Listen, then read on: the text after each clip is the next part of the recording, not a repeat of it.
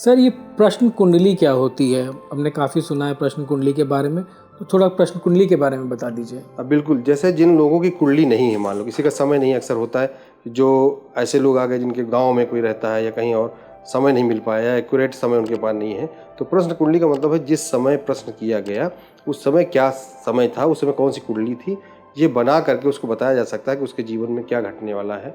अगर वो चाहे नौकरी से संबंधित हो, चाहे उसके लव रिलेशन हो, चाहे वो कितना पैसा कमाएगा, आगे कौन सा कारोबार करे, ये सब जो है प्रश्न कुंडली से उसको बताया जा सकता है और उसके आधार पर वो अपना जीवन तय कर सकता है। अगर लोगों को जानना है कि मेरी नौकरी कब लगेगी या मैं प्रॉपर्टी कब ले पाऊंगा, घर कब बना पाऊंगा, तो ये क्या प्रश्न कुंडली से बन जाएगा? हाँ बिल्कुल, प्रश्न कुंडली से भी बताया जा सकता है, जैसे जन्म कुंडली से बताया जा सकता है उसी तरह प्रश्न कुंडली में भी, क्योंकि चौथा भाव जो हमारा है वो घर मकान वाहन का है, तो हमको ये देखना है कि उसकी दशाएं कब आ रही हैं, उसका समय कब आ रहा है, तो उसी समय हम उस चीज़ों को ले पाएंगे। अगर उसमें पृथकता कारक ग्रह है तो इसका मतलब हम सोचते रहेंगे, कल्पना करते रहेंगे।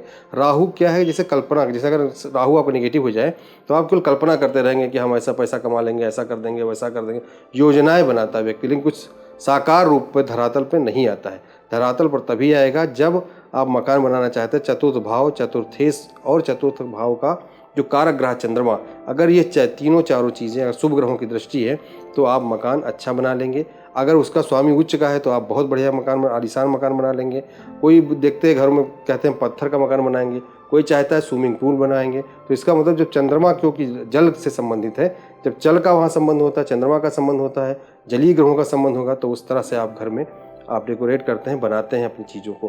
तो इसलिए जो हमारे ग्रह हैं वही सब कुछ हमको कराते हैं, हम उसी से गवर्न होते हैं, उन्हीं चीज़ों को कर पाते हैं। जैसे आपने अक्सर सुना होगा, कोई व्यक्ति वकील नहीं होता है, वकालत की पढ़ाई नहीं करता लेकिन कानून जानता है।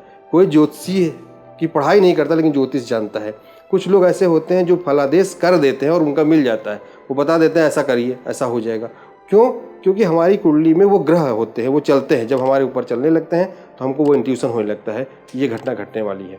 इसीलिए कहते हैं कि अध्यात्म करिए, मेडिटेशन करिए, ध्यान जब जो हम करते हैं तो उससे वो चीज़ें बढ़ती हैं। जब हमारी वो दशाएं आती हैं तभी हम उनके अनुरूप काम करने लगते हैं। तो ये सारी चीज़ें हमको कुंडली से ही पता चलती हैं।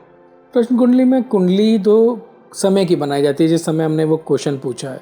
अब वही क्वेश्चन हम अलग अलग समय पर पूछ सकते हैं, तो अलग अलग कुंडलियाँ बन जाएंगी, तभी उनका क्या जो रिजल्ट है, फलादेश है, वो सेम आएगा। देखिए रिजल्ट जैसे उसी तरह से रिपोर्ट आप कहीं करा लीजिए। अगर आपका कैंसर हो गया है तो आप कहीं भी चले जाइए, वो आएगी चीज़ वही। तो उसी तरह से आप प्रश्न कई बार बदलेंगे, क्योंकि आप अपने आप को तो नहीं बदल पाएंगे ना। आपकी जो मन स्थिति, चंद्रमा हमारा क्या बता देता है कि आप क्या सोच रहे हैं, आप क्या कहना चाहते हैं। और जो चंद्रमा जिनकी कुंडली में या प्रश्न कुंडली में जहाँ रहता है, व्यक्ति घूम घुमा के वही प्रश्न करता है। सूर्य जहाँ होगा हमारी आत्मा वहीं लगी रहेगी। जैसे आप देखिए अक्सर, जैसे 4 बच्चे हैं किसी माँ बाप के, लेकिन उसकी कुंडली में यह है कि वो अपने पिता को नहीं मानेगा, लेकिन पिता को लगाव रहता है उस बच्चे से, वो उसके लिए कुछ भी कर देता है, लेकिन फिर भी वो पृथकता वाले उसके अंदर गुण होते हैं। बच्चा नहीं मानता लेकिन पिता मानता रहता है, क्योंकि हमारी कुंडली में वैसी गृहस्थितियाँ चलती हैं, हम वैसा सोचने लगते हैं। इसीलिए ज़रूरी है कि हम लोग अध्यात्म करना चाहिए, हमको अपना साधन मतलब जब तब करे रहना चाहिए, तो हमारी बुद्धि अच्छी काम करे। समय जैसा चल रहा है उसके अनुरूप चलना चाहिए, और समय को देखने के लिए प्रश्न कुंडली या जन्म कुंडली ही महत्वपूर्ण होती है।